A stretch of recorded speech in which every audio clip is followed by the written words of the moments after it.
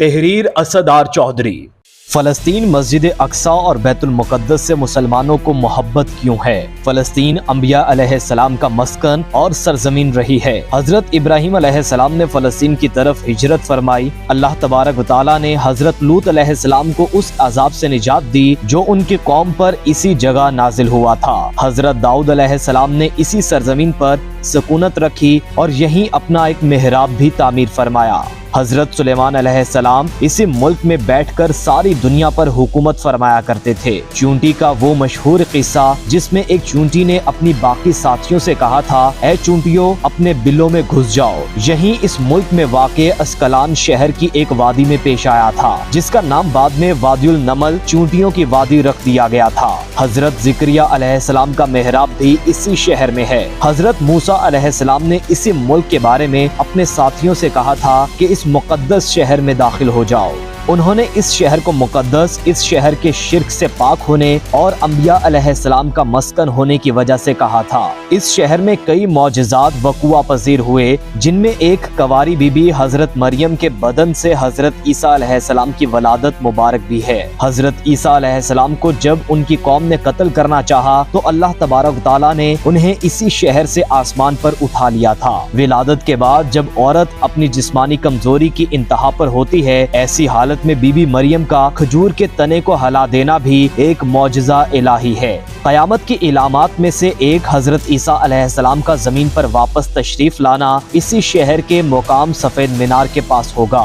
اسی شہر کے ہی مقام باب لد پر حضرت عیسیٰ علیہ السلام مسیح دجال کو قتل کریں گے۔ فلسطین ہی ارض محشر ہوگا۔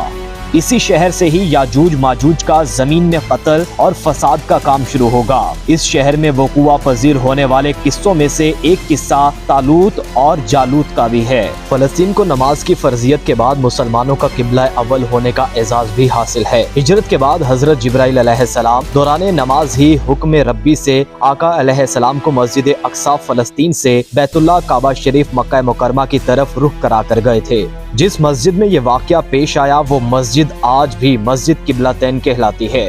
حضور اکرم صلی اللہ علیہ وآلہ وسلم معراج کی رات آسمان پر لے جانے سے پہلے مکہ مکرمہ سے یہاں بیت المقدس یعنی فلسطین لائے گئے۔ سرکار دو عالم صلی اللہ علیہ وآلہ وسلم کے اقتداء میں انبیاء علیہ السلام نے یہاں نماز ادا فرمائی۔ اس طرح فلسطین ایک بار پھر سارے انبیاء کا مسکن بن گیا۔ سیدنا ابو ذر کہتے ہیں کہ میں نے رسول اللہ صلی اللہ علیہ وآلہ وسلم سے عرض کیا کہ زمین پر سب سے پہلی مسجد کون سی بنائی گئی؟ تو آپ صلی اللہ علیہ وآلہ وسلم نے فرمایا کہ مسجد الحرام یعنی خانہ کعبہ۔ میں نے عرض کیا کہ پھر کون سی مسجد بنائی گئی؟ تو آپ صلی اللہ علیہ وآلہ وسلم نے فرمایا کہ مسجد اقصی یعنی بیت المقدس۔ میں نے پھر عرض کیا کہ ان دونوں کے درمیان کتنا فاصلہ تھا؟ آپ صلی اللہ علیہ وآلہ وسلم نے فرمایا کہ 40 برس کا، اور تو جہاں بھی نماز کا وقت پالے وہیں نماز ادا کر لے، بس وہ مسجد ہی ہے۔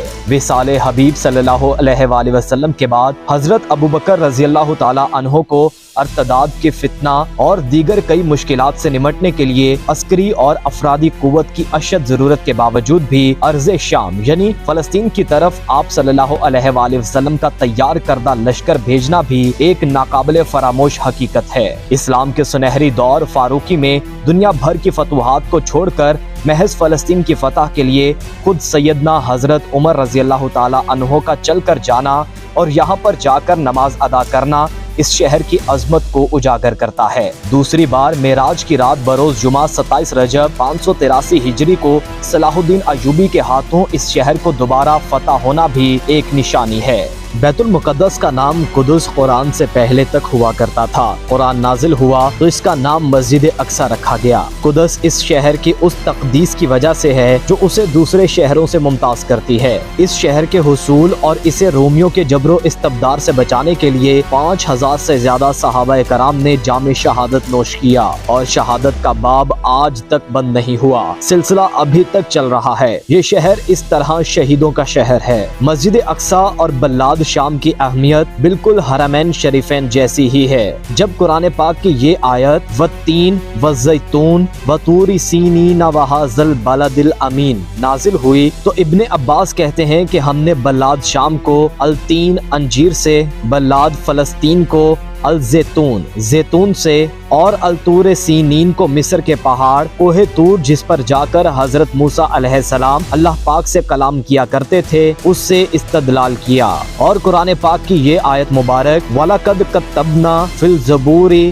مَنْ بَعْدِ الذِّكْرِ إِنِ الْأَرْضِ يَرْحَى عِبَادِ الصَّالِحُونَ، اس سے استدلال لیا، اس سے یہ استدلال لیا گیا کہ امت محمدی صلی اللہ علیہ وآلہ وسلم حقیقت میں اس مقدس سرزمین کی وارث ہے۔ فلسطین کی عظمت کا اندازہ اس بات سے بھی لگایا جا سکتا ہے کہ یہاں پر پڑھی جانے والی ہر نماز کا اجر 500 گنا بڑھا کر دیا جاتا ہے۔ اس طرح دیگر بہت سے اہم واقعات ہیں جن سے مسجد اقصی بیت المقدس کی فضیلت معلوم ہوتی ہے۔